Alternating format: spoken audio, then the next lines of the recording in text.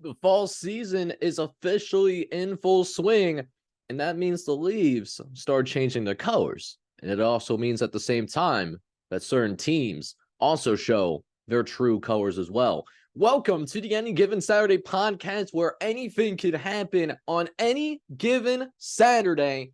We saw quite a few upsets happen over the course of last weekend. I'm sure that's why I always tell people any given day, and especially when it comes to Saturday. Welcome to a brand new podcast. Once again, we are closing in on the final month of the regular season. I feel like this entire college football season has flown right before our eyes.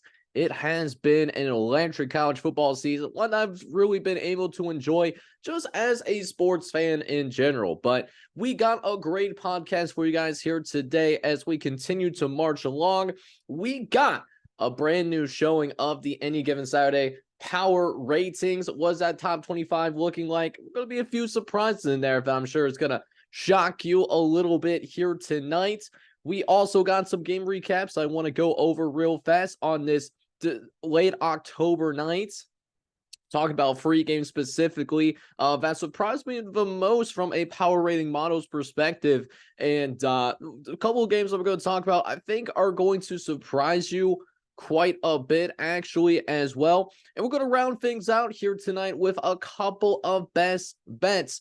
Going to bring in not the entirety of the 4-for-4 special, but we're going to talk about a couple of games that I think are going to be worth your time in terms of betting on. Want to try and help you win some money here tonight. Ain't everybody trying to be the winner. I'm going to try to help you be just that here tonight. So hope you guys are excited for the Any Given Saturday podcast. If you are, make sure you go ahead, smack that like button. Smacking that like button for me does let me know that, hey, you enjoy this podcast, this new podcast that recently emerged on the YouTube platform.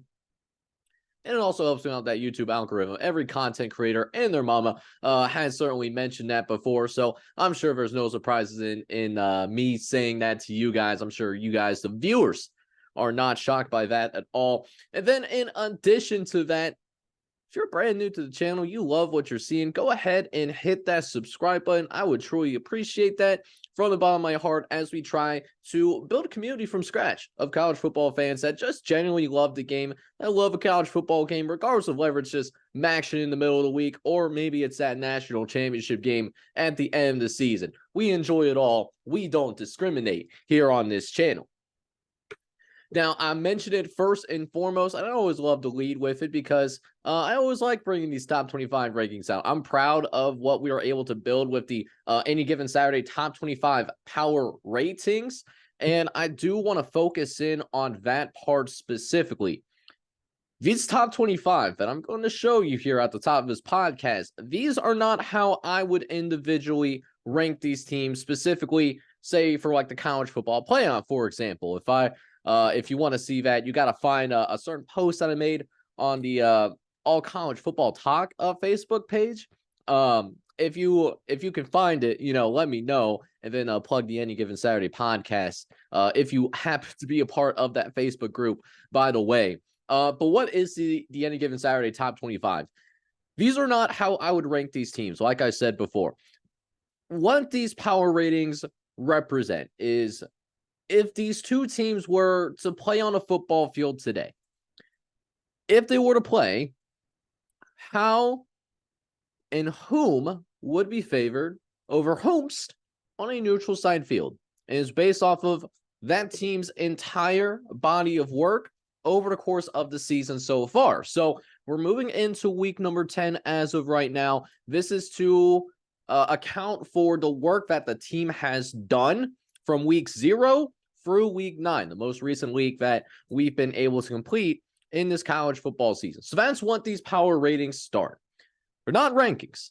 These are power ratings. I want to make that very crystal clear. All right, we good? I think we're good. So without further ado, let's go ahead and show that top 25. We're going to work our way from the bottom and move our way up to the top a little bit more. We actually have 3 new teams entering the top 25, and they all come in that 21 to 25 range. So here's what that 21 to 25 range is looking like right now. like I said, we got 3 new teams entering the top 25.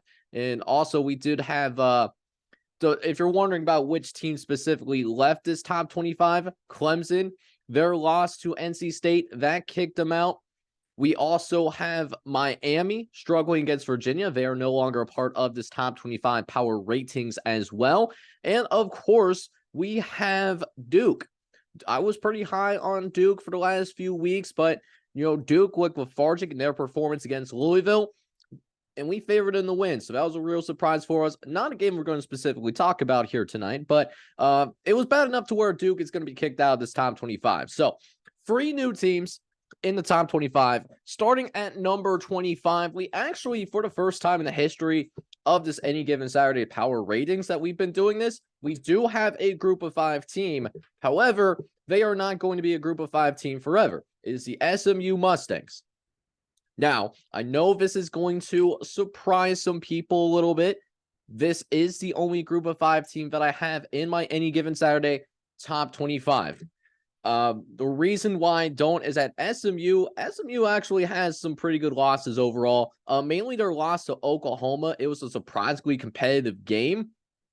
Oklahoma did end up pulling away late in that one, but SMU, particularly in the last couple of weeks and why they primarily find themselves here, they have been absolutely, positively been dominating over the past couple of weeks.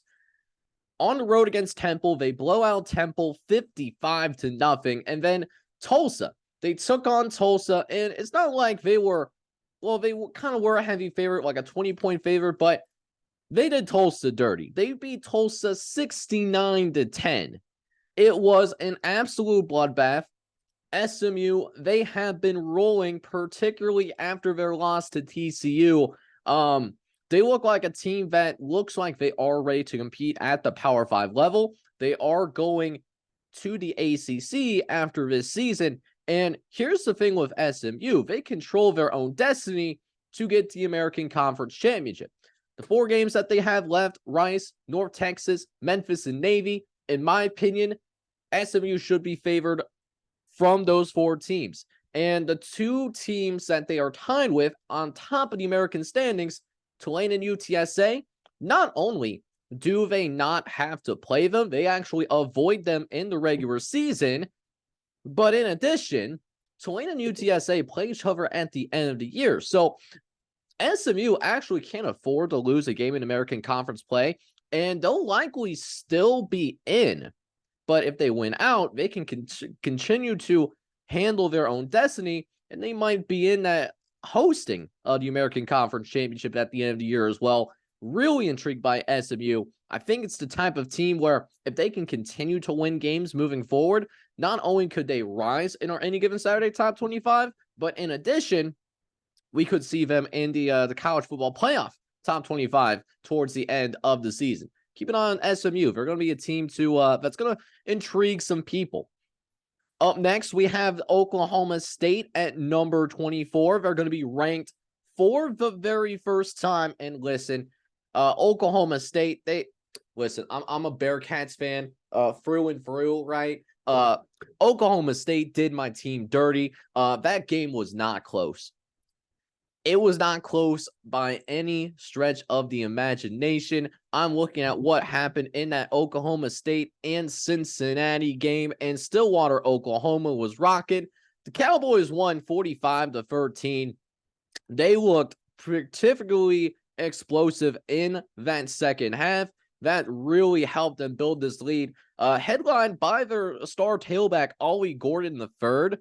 Ollie Gordon III has been absolutely on fire. He's had a good season, but he's really turned it on the last couple of games. 3 games in particular. Helped pull the upset against Kansas. He had 170 yards and a touchdown.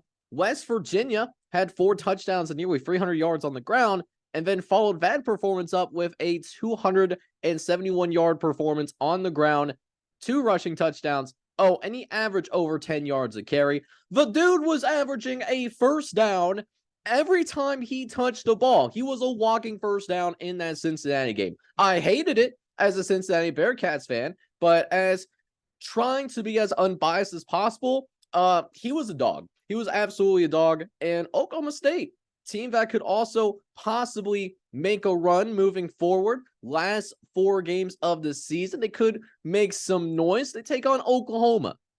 They take on Oklahoma in the Bedlam game. That game is also at home. Also could be the last time that we see the Bedlam game happen as Oklahoma makes the transition to the SEC. Oklahoma State can certainly create some chaos in this final month of the season.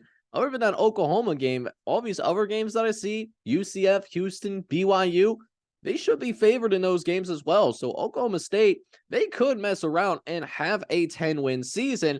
A lot of that, though, does ride on that Bedlam game. But Oklahoma State is peaking at the right time, specifically for that upcoming matchup.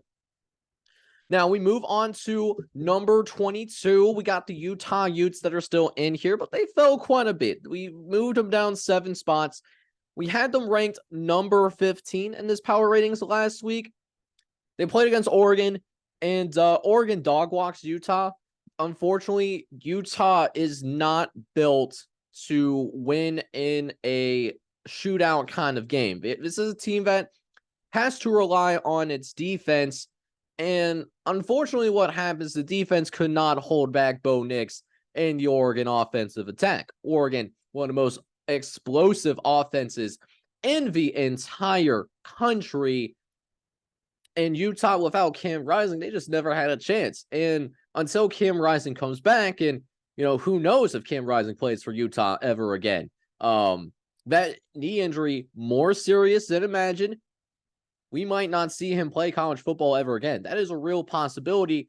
Utah needs a quarterback, and Utah needs a more dynamic offense. They're still a good team, don't get me wrong, but not the same level as the same Utah team that we saw last year or even 2 years ago that ended up winning the Pac-12 conference. Still a top 25 team in my opinion, though.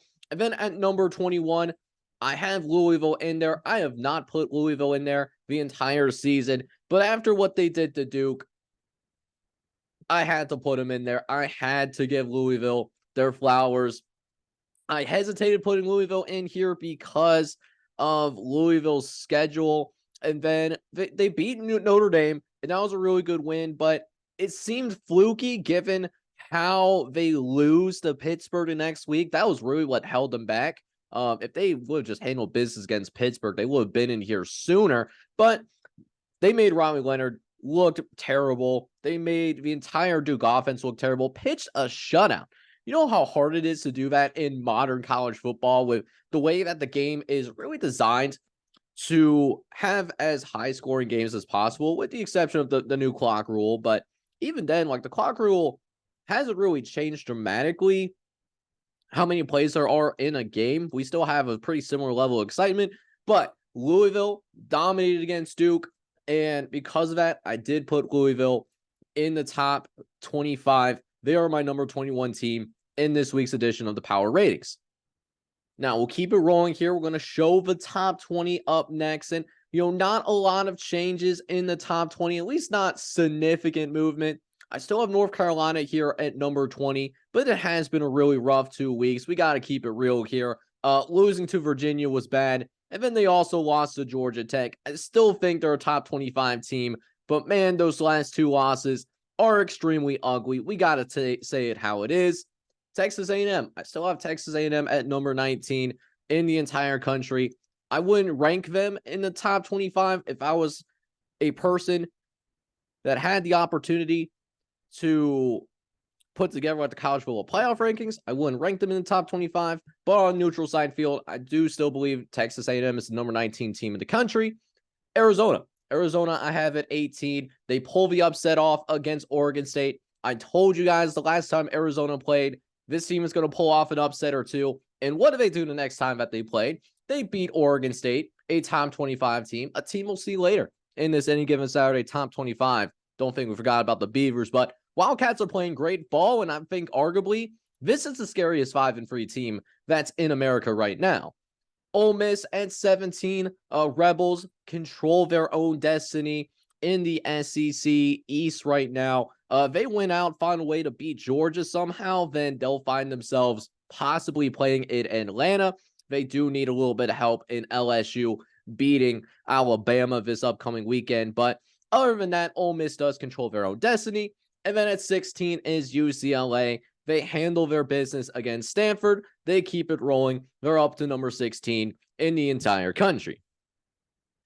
Now we get into our top 15, and the one thing that Washington has, one notable thing in this top 15 from this 11 to 15, it's Washington Huskies. We saw Washington with a big time win, a signature win against a very good Oregon team. A team that I would argue was the best team in the country that is not undefeated. Oregon, I think, is the best team in the country if you look at it from that lens, right? Ever since then, Washington has struggled immensely over the past couple of weeks. They barely beat Arizona State. That game was at home. They've somehow found a way to win that game, even though they didn't even score an offensive touchdown. I don't know how you pull that off. That is some very Iowa stuff that they did there. But they found a way to win regardless. Okay. And then the following week, struggled again against Stanford on the road. Stanford showing some life for a 2-6 team. They also nearly beat USC. They came back from 29 down to beat Colorado. That prevented them from being a 5-win team. Could change the entire dynamic of Colorado's season. But needless to say, Washington has struggled the last couple of weeks. And this last month of the season, it's going to be arguably the toughest part. So going to play against a USC team that arguably has almost nothing to lose. USC, for all intents and purposes, still in the fight for the Pac-12 championship. There is no divisions this year. They also have Utah at home. Utah, a stingy team, very good defensively. So Washington cannot overlook them. Oregon State on the road. Oregon State, again, a team recently knocked down the college football playoff because of that Arizona loss. But Oregon State is still in the hunt for the Pac-12 championship. And playing in Corvallis, not going to be easy. Very underrated college football environment. And then a rivalry game, Apple Cup against Washington State. And while they should be favored in all of these games that I mentioned, this is not by any means a very easy schedule to navigate. So Washington has to play at a higher level. We have to see that same team that was on the field the first month of the season, where their defense was actually showing up and playing good ball. If not, Washington could be in danger of losing a game. They're undefeated, but they've been on very shaky ground the last couple of weeks. So that's why we moved them down to number 15 in the country. And then you see 11 through 14 as well. No big changes here. Okay, so we now move into the top 10.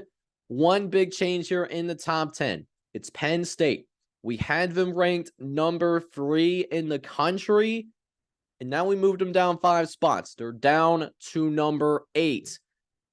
Penn State took on Indiana, and while Penn State found a way to win, it was not a good look to be in a dogfight with Indiana. Indiana not one of them. Indiana is the worst team in the entirety of the Big Ten, right? And yet, and by the way, this game was also at home, and the Nittany Lions, they almost lost this game. This game could have been tied. It might have been tied for all I know. And Penn State found a way to win. They got it done. But very concerned about the offensive consistency moving forward. They also did not have any answers for the Ohio State defense the last couple of weeks, so that's another big thing about it too. Penn State, they still got to play Michigan. It's a must-win if they want to stay alive in that Big Ten championship hunt going to Indianapolis. Michigan in the same division as Penn State in that loaded Big Ten East, by the way. Penn State's got some answers. Drew Aller, while we found a way to pull it out, got to have some more consistency on the offensive end. I think we can all agree to that. And finally, we have the top 5. 2 things about the top 5 that I really want to hone in on. Notre Dame, I think Notre Dame is one of the best 2-loss teams in the country. I think Kansas State is the hottest, but I think Notre Dame might be the best team in the country in general. Among the 2-loss teams, Notre Dame just abused Pittsburgh. And we're going to talk about Notre Dame in a little bit. We might lead that first game recap. We might actually do that. But Notre Dame's playing some really good ball. They came out, they demolished the Pittsburgh Panthers. And the rest of the games that they have, Clemson, Wake Forest, Stanford, all very navigatable games. Clemson has not looked at the same level. So Notre Dame can finish the season on a 5-game winning streak. And listen, if it comes down to where we are legitimately just talking about 2 lost teams in the college football playoff, I think Notre Dame would have to be in that conversation if they find a way to go on a 5-game winning streak. I mean, the middle stretch that they had was Ohio State, Duke, Louisville, USC, all teams that were ranked in the top 25 at the time. I mean, that's one of the most difficult slates, any 4-game slate that any college football team can have. You can't tell me that Notre Dame has not had a difficult strength of schedule, and that's even with Clemson admittedly having a down year. I think Notre Dame's playing some good football, but we'll see if they can continue that focus, continue staying in the moment per se. And then number 1 team in the country, I still have Michigan. Michigan was on bye. I do want to say this about Michigan. I kind of wanted to address the elephant in the room. There is certainly a chance that's more than 0%, that Michigan did something that they weren't supposed to do, whether it's by the NCAA or, and this is rumors, this is allegedly, but I do want to put it out there, the FBI might also be involved too. Gonna let that simmer for just a minute. When the FBI is involved in something, that's usually not a good sign. I do believe in the idea of innocent until proven guilty. So we're going to see what happens when the dust settles on these allegations against the University of Michigan. We'll see what happens, what the NCAA decides to do. If they decide in a timely manner, what the College Football Playoff Committee decides to do as well. We're actually going to see their first college football rankings in a couple of hours as I'm recording this podcast. Actually, it's 5:00 right now. It's now 7. So rankings come out at 7, but that's besides the point. Until then, until we get definitive, okay, there was wrongdoing here. I still think Michigan is the best team in the country, but I do have questions about their integrity and whether they did it without cheating or not. We'll see what happens at NCAA investigation.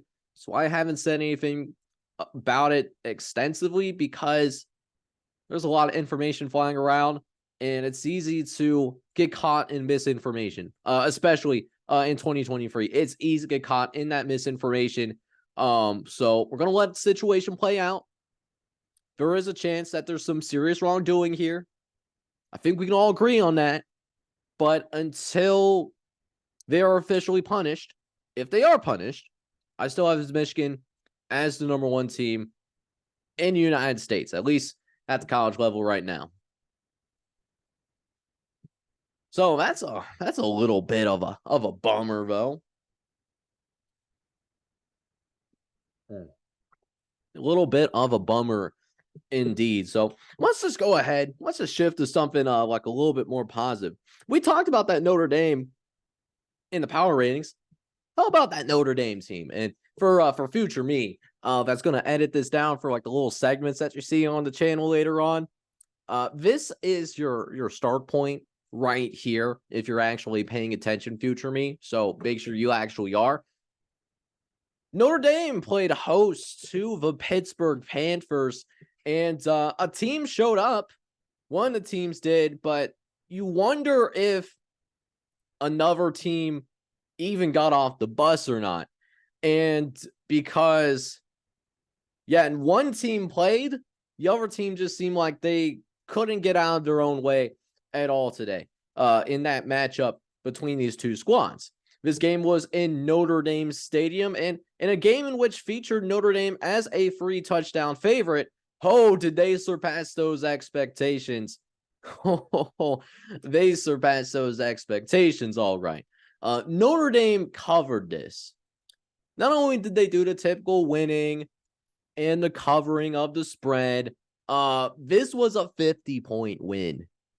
Notre Dame won 58-7 against the Panthers of Pittsburgh. Pittsburgh, for those 7 points, they didn't get those points until midway through the fourth quarter, after we saw both teams pull their starters. Big win indeed by the Fighting Irish of Notre Dame.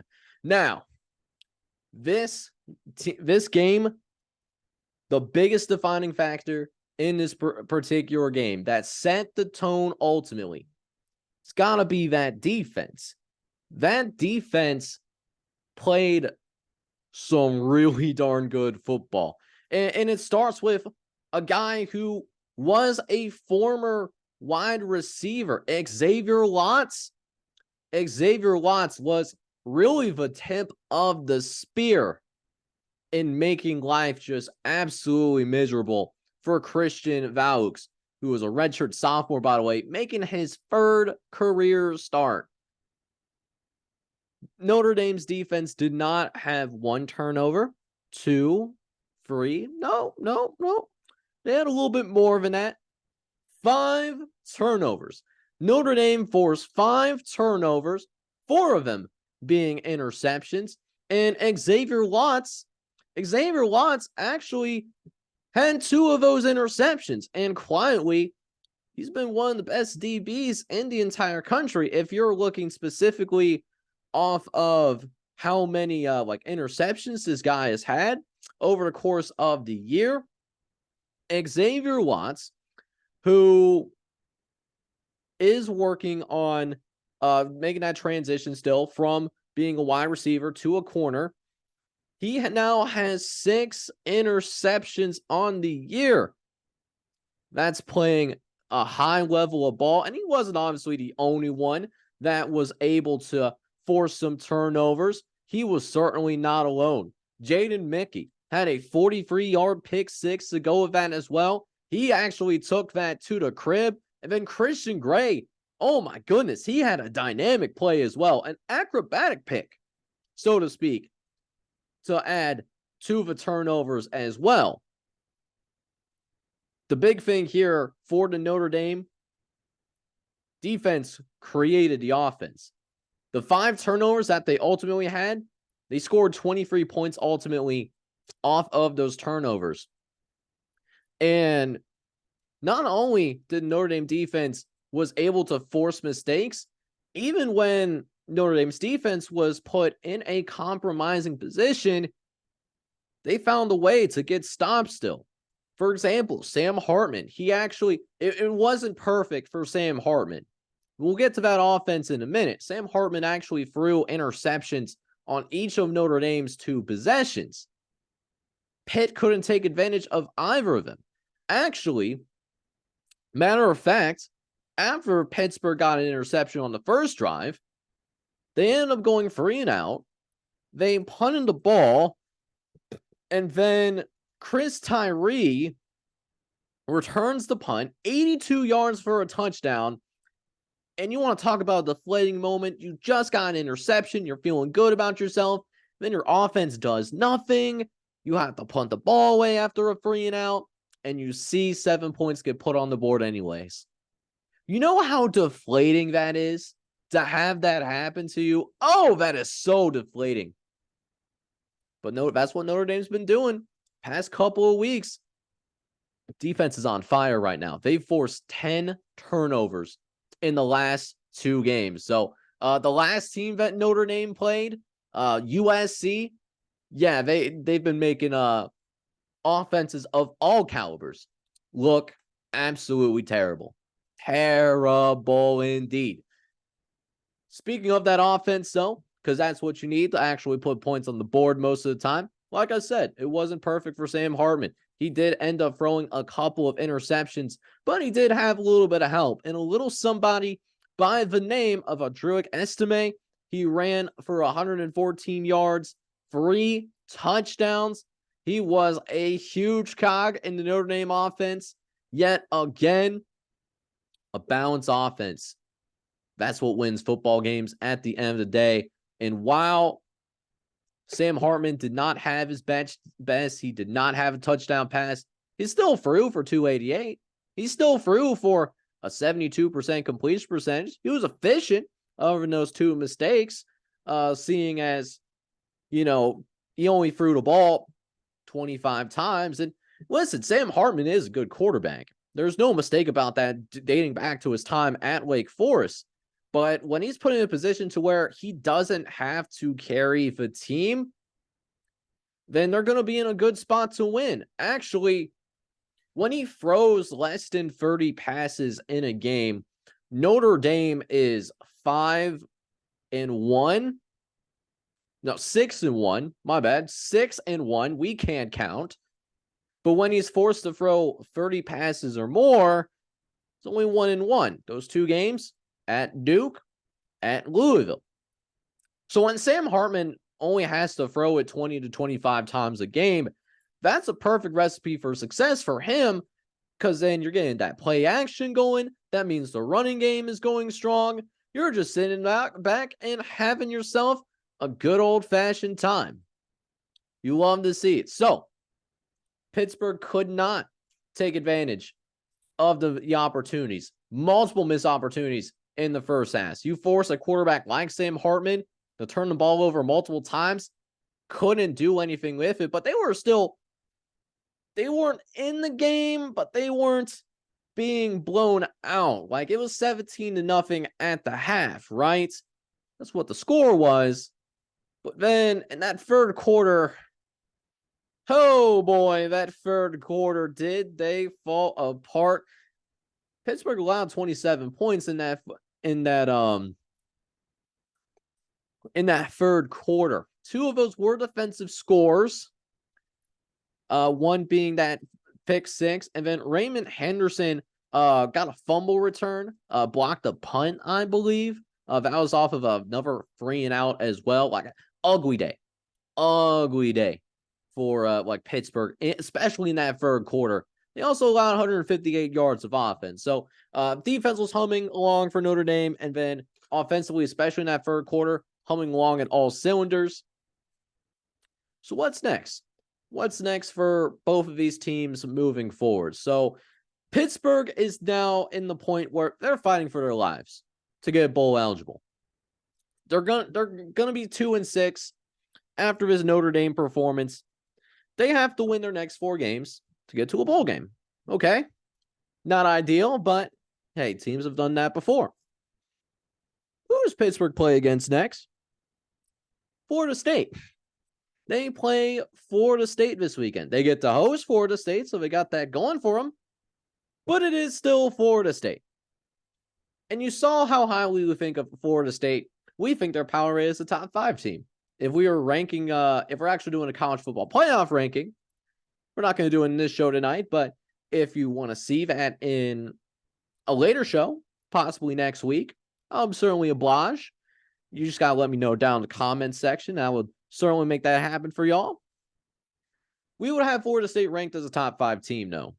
So we have them ranked in the college football playoff as a top 5 team, and we would also have them power rated as a top 5 team, number 5 to be exact right now. So Pitt, they got to figure some things out quickly, especially with their quarterback, Vinux, their redshirt sophomore.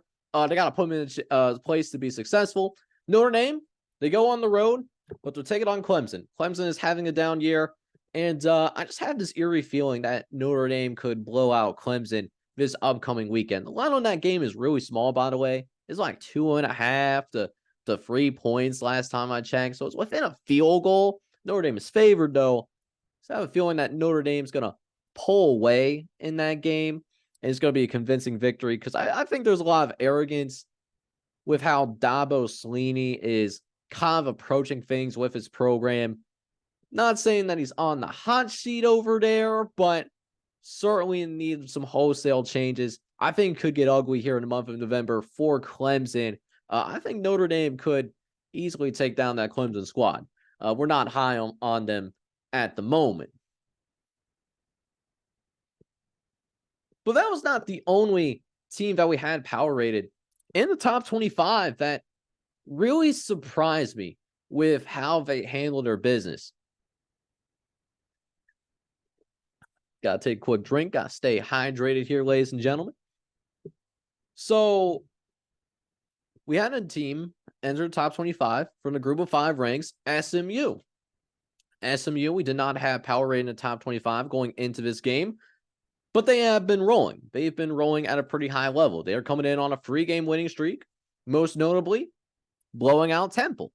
Actually, pillaging the city of Philadelphia completely, it seems like, from the Temple Owls. They had Tulsa, and Tulsa, we thought, they're a better team than Temple, so it might be a closer game. It was not a closer game. It was completely over by halftime. Actually, if SMU really wanted to, this could have approached 100 points. The final score in this ended up being 69-10, which if you're an SMU fan, you're thinking to yourself, wow, this is really nice. This is really freaking nice. You know what the halftime score was? 52-3. It's the most points scored in a half of a Division I game this entire season by a single team. So SMU now holds that high watermark of a half. SMU scored 52 points in one half.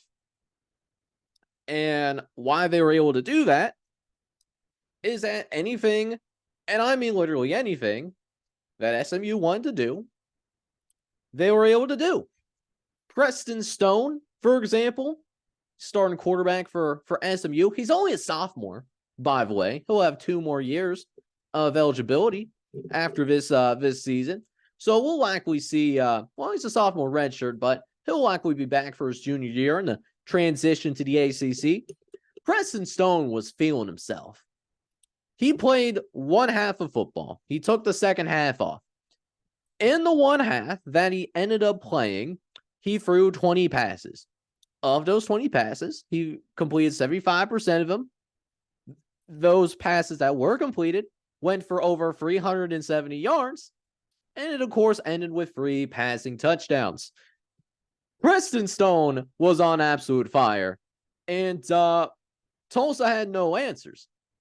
And that was evident within the first series of the game. Second snap of the homecoming. It was a homecoming game, by the way, for SMU, according to the AP. Preston Stone connected with Romero Brinson for a 74-yard touchdown. That was just to get the scoring started. They ended up getting a couple of more touchdowns after that.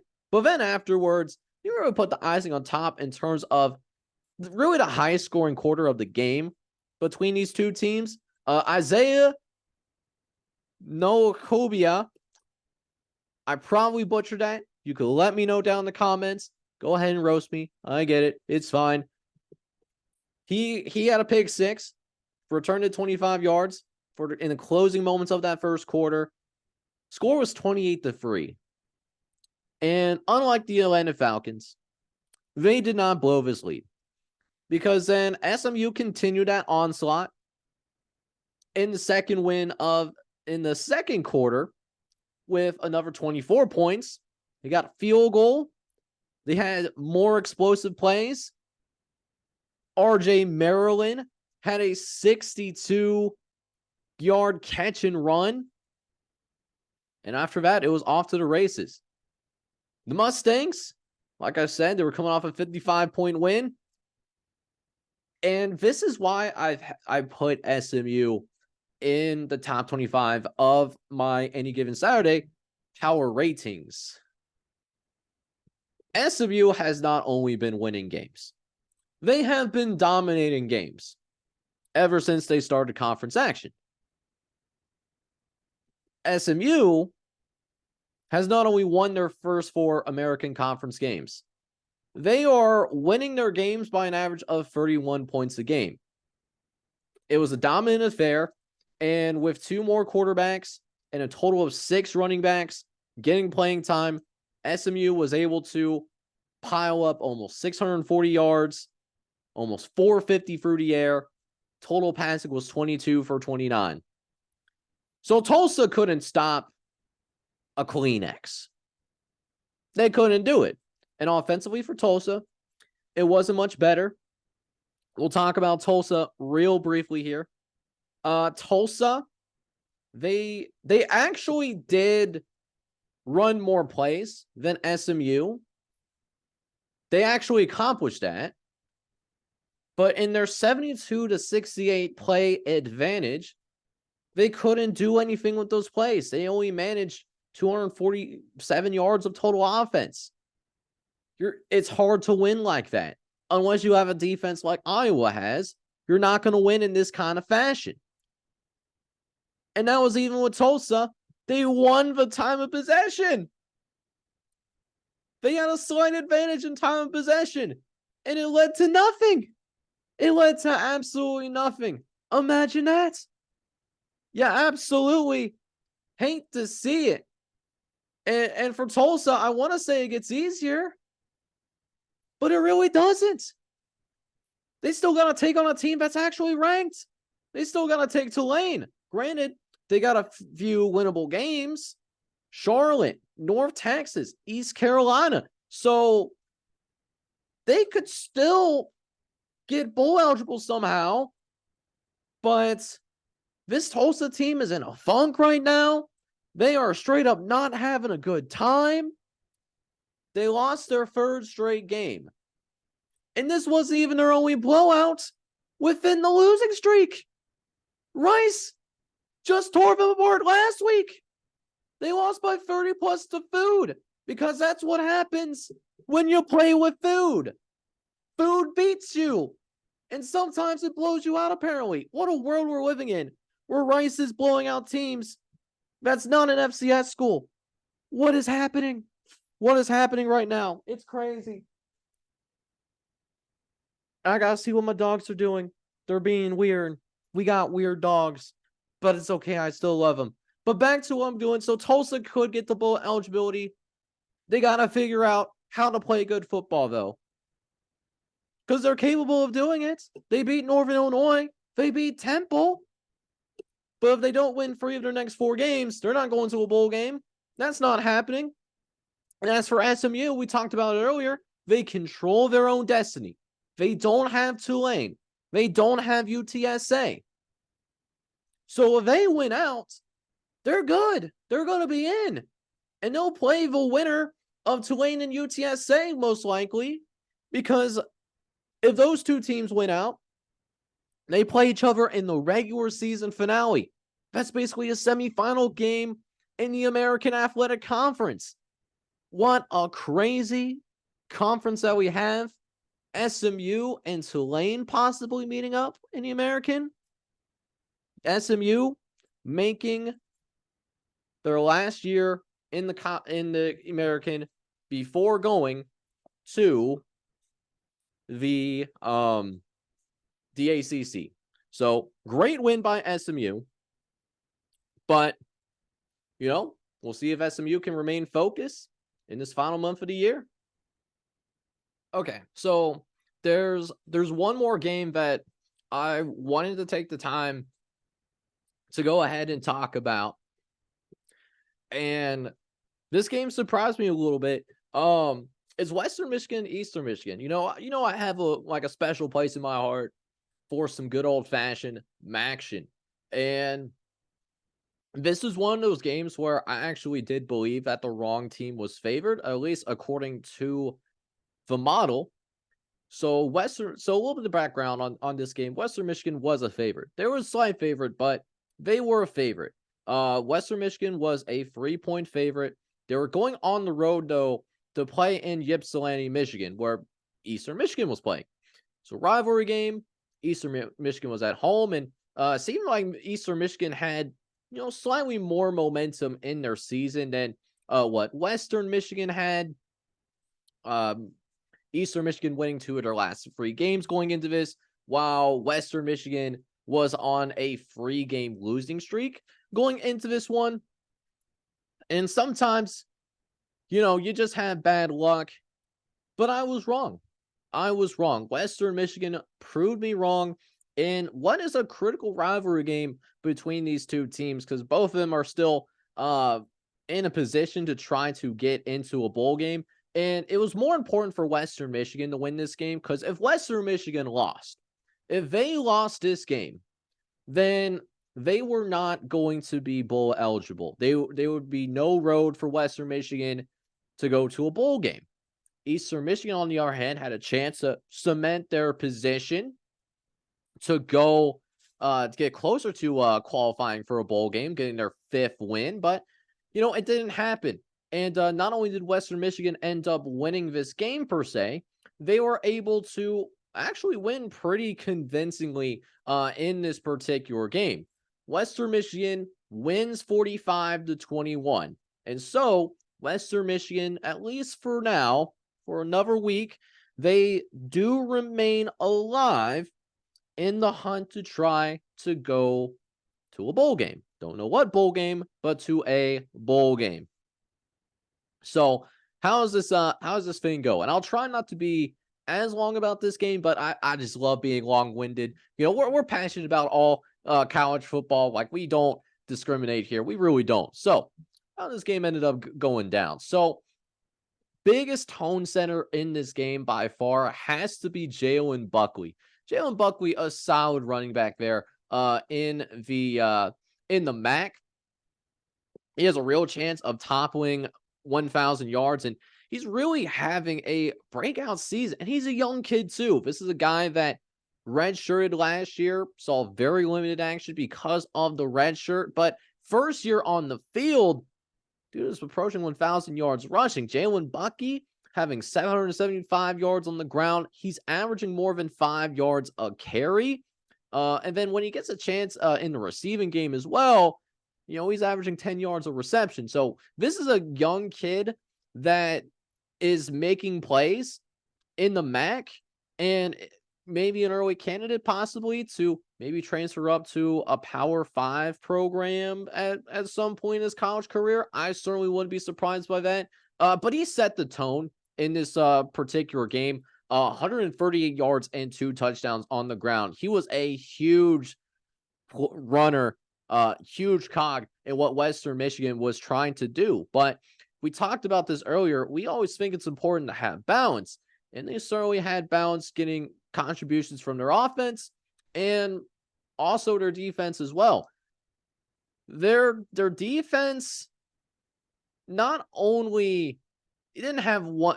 You would think, you see this 45-21 score, and you think to yourself, okay, it's a pretty normal score.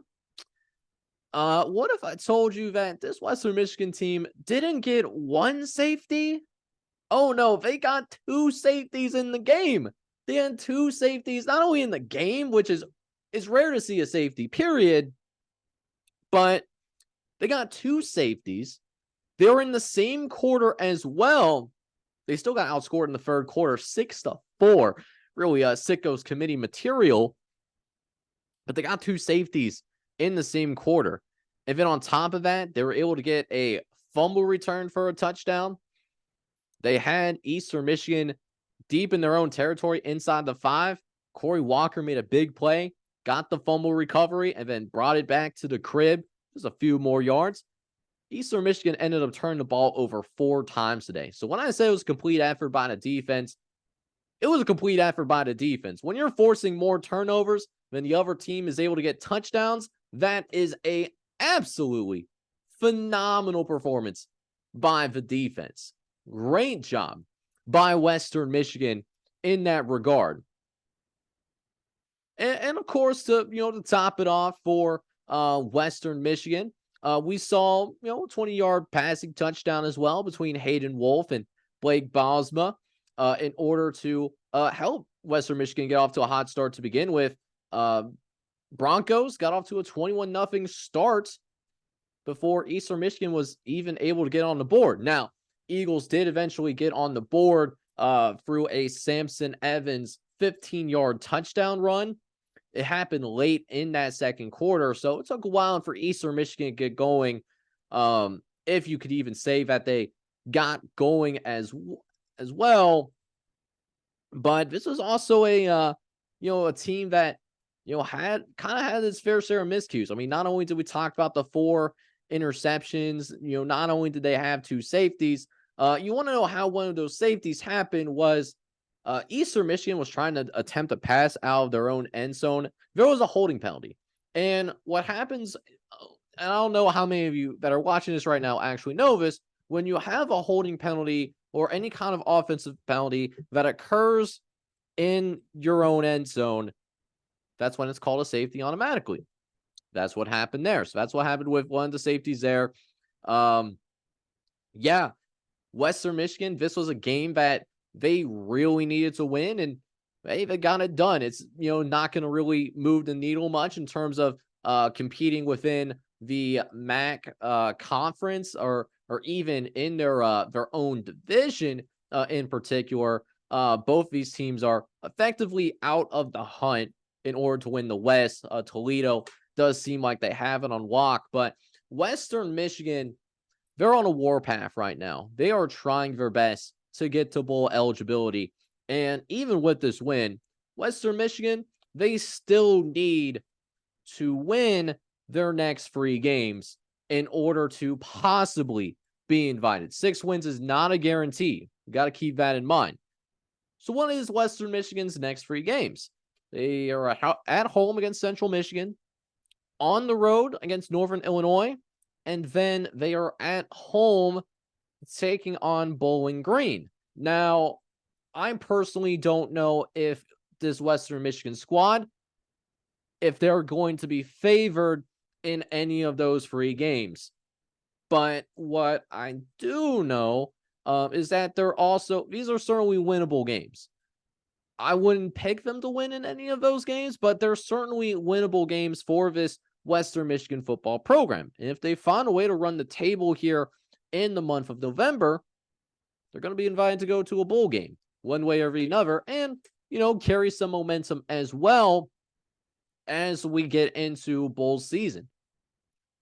As for Eastern Michigan, real chance for them to go and, secure, at least be on the verge of securing bowl eligibility. Now, this Eastern Michigan squad, they're officially on a losing streak.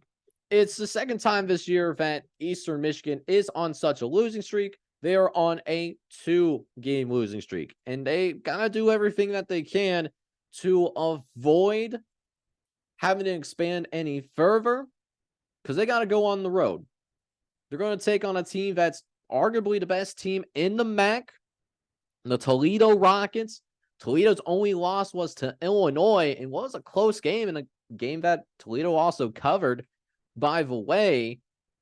But their schedule will get easier after that. They do have Akron at home, and then they'll also have Buffalo on the road. So, again, besides the Toledo game, I don't really see how Eastern Michigan beats Toledo personally, but I could see them beating Akron. I could see them beating Buffalo, and I could see Eastern Michigan also getting to that 6-win mark that's required to go to a bowl game. So that's why I wanted to talk about this game, because it's what surprised me the most. I thought Eastern Michigan was going to win this game, and I actually thought Eastern Michigan was actually going to win by double digits. And yeah, I mean, there was a double-digit victory, just not by the team that we thought it was gonna be from, if that makes sense. So great win by Western Michigan.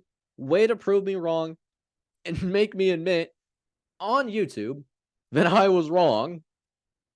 Good job. Now go win out and see if you can get some bowling happening to end your 2023 college football season. Speaking of the MAC, though, I do want to use this opportunity to use this as kind of like a bridge point to go ahead and dive into something that I'm pretty passionate about, because, gambling just became legal in the state of Ohio, at least for betting on sports. So ever since that day happened, my biggest thing is just waiting for this college football season to happen. I want to make money from a sport that I know the most. For me, it's college football. And through that, I want to be able to help you guys win as much as possible. Now, I only had one podcast last week instead of the two that I really wanted to have, but sometimes life happens, unfortunately, and I do apologize for that. I really do. So I only ended up showing you one out of the 4 best bets that I ended up wanting to show you. The one that I did end up showing you was I thought Florida Atlantic was going to cover their spread, and they did. They actually covered pretty comfortably, matter of fact. So if you want to bake in what we did this past week with week number 8 as well, we're actually 4 for our last 5. So we're actually doing pretty good on the betting front. And if you've been paying attention as of late, I'm helping you win money, man. I know you guys want to win money, so make sure you stick around for this whole thing. So, brand new slate.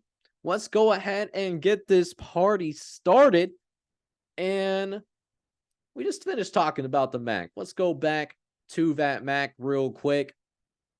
Let's go to a Wednesday night game to get things started. Bowling Green at home. They are taking on the Cardinals of Ball State. As of right now, as I'm checking the betting line right in front of me, I got Bowling Green as a -5.5. We really like that line. We really like that this Bowling Green team. They're at home. They're also, I think, a better team than Ball State. Ball State, I think, not only one of the worst teams in this conference, but a bottom 10 team in the country personally. Bottom 10, bottom 15, like in that general range. So we really like this Bowling Green -5.5. So we're going to definitely lock this in here tonight. And then we move to Thursday night. Now, Thursday is known as an NFL day, but it's college football happening on Thursday nights. And on this particular Thursday, there's actually a critical game happening in the Sun Belt. South Alabama taking on Troy. South Alabama coming off a loss to the Raging Cajuns, whereas Troy has just secured bowl eligibility with a key 31-13 win over Texas State. Texas State was tied for first in the Sun Belt West, so that was a big win. Troy stands alone at the top. They control their own destiny. South Alabama still in that logjam of 4 teams that are tied for second place. So this South Alabama versus Troy matchup, for all intensive purposes, this could be the last game that stands in the way between Troy and going to the Sun Belt Conference championship game. Now, we're not going to bet on the spread in particular. That's not what I want to bring your attention. I just want to set the stage for why this game is important. I'm going with the over-under here. And we're actually looking at that over. We're looking at that over of 45.5 as of right now. And that 45.5, I think, looks really attractive. And here's why I think it's really particularly attractive. Looking at what South Alabama has been doing the last few weeks, and then as well as what Troy has been doing over the past few weeks. Both of these teams in 2 of their last 3 games have scored more than 30 points. So when I see a 45.5 point over under, I'm not saying that it's guaranteed by any means, but I think it's more than a 50% chance that over a 45.5 actually does end up hitting. So we will go with the 45.5 in a key Sun Belt Conference matchup down in Mobile, Alabama. I believe is that where Troy is? Oh, let me make sure I actually got that correct. Let me not. Okay, so it is. No, I was wrong. It was actually in Troy, Alabama. Troy is where the Troy Trojans are. Duh, I am so freaking stupid. But this goes to show I really like this 45.5, and I think you should feel comfortable with smashing that over as well. We'll have more best bets We'll have some more in the second podcast if I do end up getting to the second podcast. One will probably be involving all of the Saturday games. One might involve a Friday game as well, just depending on what's available out there. So we'll definitely keep an eye out for any line movements moving forward. But that will wrap up the Any Given Saturday podcast, at least for tonight. We are about about 5:45 when I'm wrapping this up. So that means we're about an hour away till the college football playoff rankings are going to drop. So with that said, you probably will see this podcast after the college football playoff rankings are actually released. So here is what I want you guys to do. Number one, do the usual, hit that like button, hit that subscribe button. I always appreciate that no matter what. You have a chance to be an OG. I mean, who's trying to be the first at something that, becomes a little bit more popular as time goes on, right? But that being said, in the comments section, let me know which team you believe from the college football playoff rankings is overrated or overranked, and what team is underrated or underranked down in the comment section down below, and why you believe that. Maybe we could turn that into a little segment in the next podcast, depending on what your participation is in that regard. So I'm going to get going. I got to get some things done around the house before those college football playoff rankings are introduced tonight. I hope you enjoyed it. I certainly had a good old time. So if you enjoyed this, I need you guys, again, do those three things. Hit that like button, hit that subscribe button as well, and then in that comment section about what your thoughts are on these initial college football playoff rankings. I am your host, Jake, though. I am getting ready to sign off.